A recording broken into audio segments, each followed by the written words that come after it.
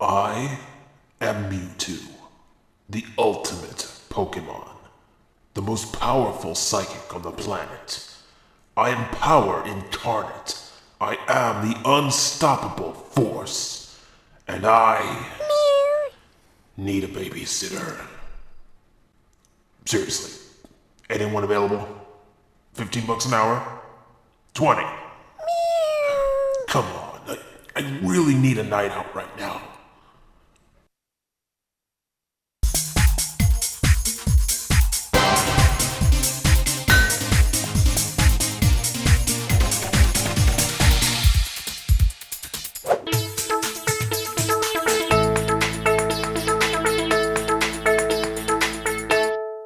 How rare is this? I'm reviewing a completely brand new toy for once. And that toy happens to be Mewtwo, Pokemon number 150, the one you always saved your Master Ball for. It's from the D-Arts line, Figuarts for video game characters, so going into this toy you'd expect the highest level of detail and articulation possible on a 5-inch tall Pokemon. That starts with the coloring, which opts for an anime-based color palette of pale lavender and purple rather than the off-white seen in the game's early toys and artwork. Since Mewtwo's design is meant to look sleek and organic, he really doesn't have that much more to speak of detail-wise, though you can see some light airbrushing around the creases of his design to give a bit of shading. It's subtle, but it definitely adds to the toy.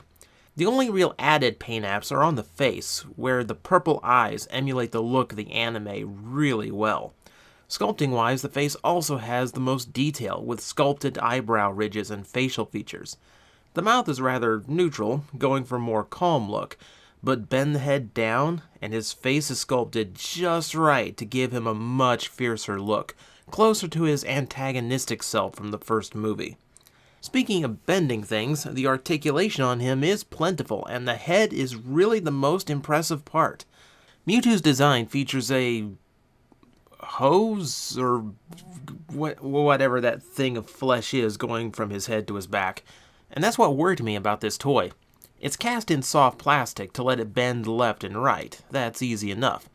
But to bend the head forward and back, there's actually an extra length of the tube inside the head, allowing the ball joints at the top and bottom of the neck to move freely without interference and without having to stretch anything.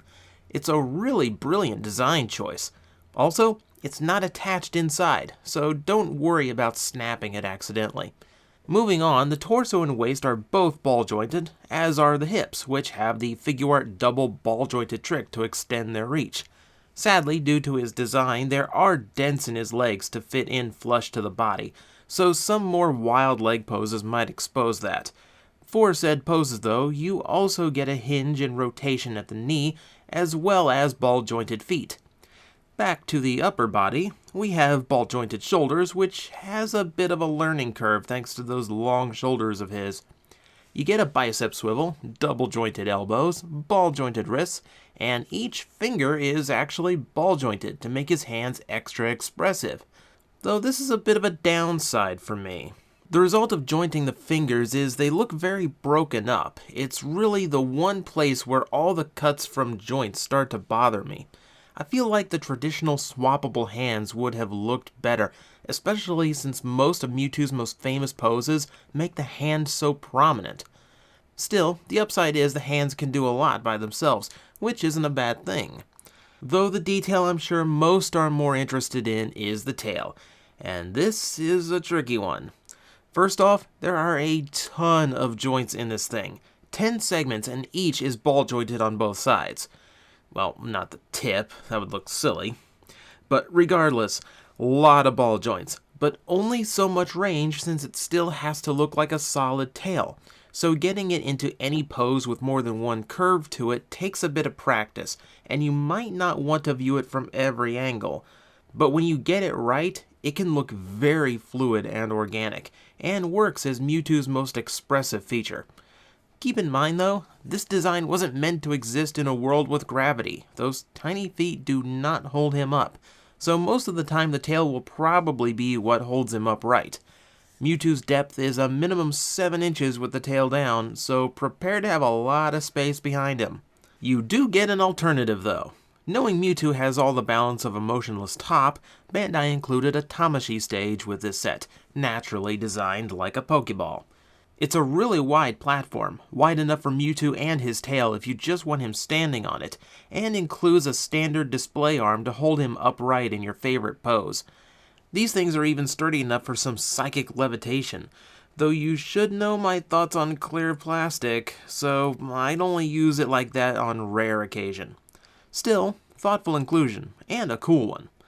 Aside from that, Mewtwo isn't the most accessorized character ever, so instead he gets an effect part, the Shadow Ball attack he debuted in the original Pokemon movie. It's cast in clear plastic with purple painted on, plus a little extra blue on the outside edge, giving it a very layered look. It's also softer plastic than I expected, so I don't think this one is capable of drawing blood, unlike other effect parts I own. Also, it requires an additional hand. See? Hand swapping isn't so hard. Though even this one has jointed fingers, all it adds is a peg to hold the attack with.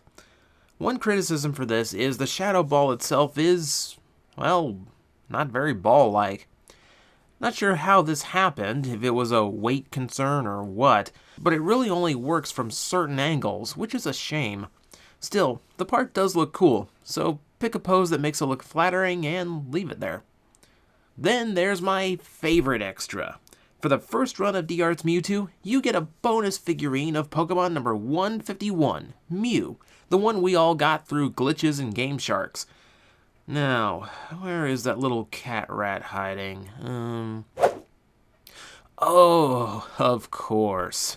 I've got him.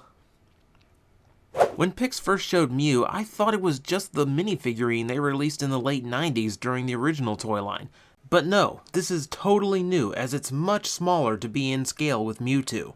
It's cast from soft plastic, so don't worry about breaking off that thin tail, it'll take a fall.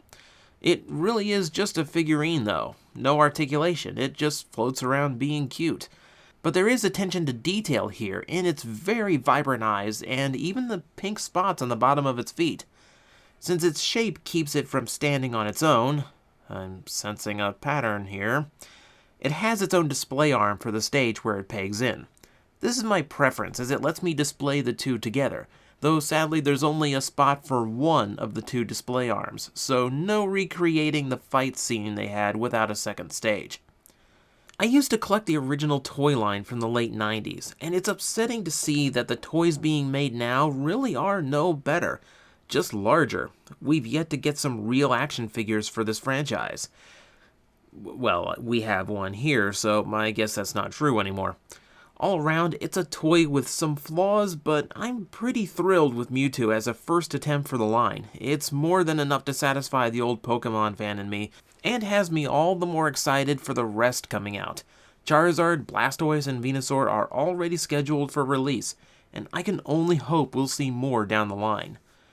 And by that, I mean they better make it to Scyther.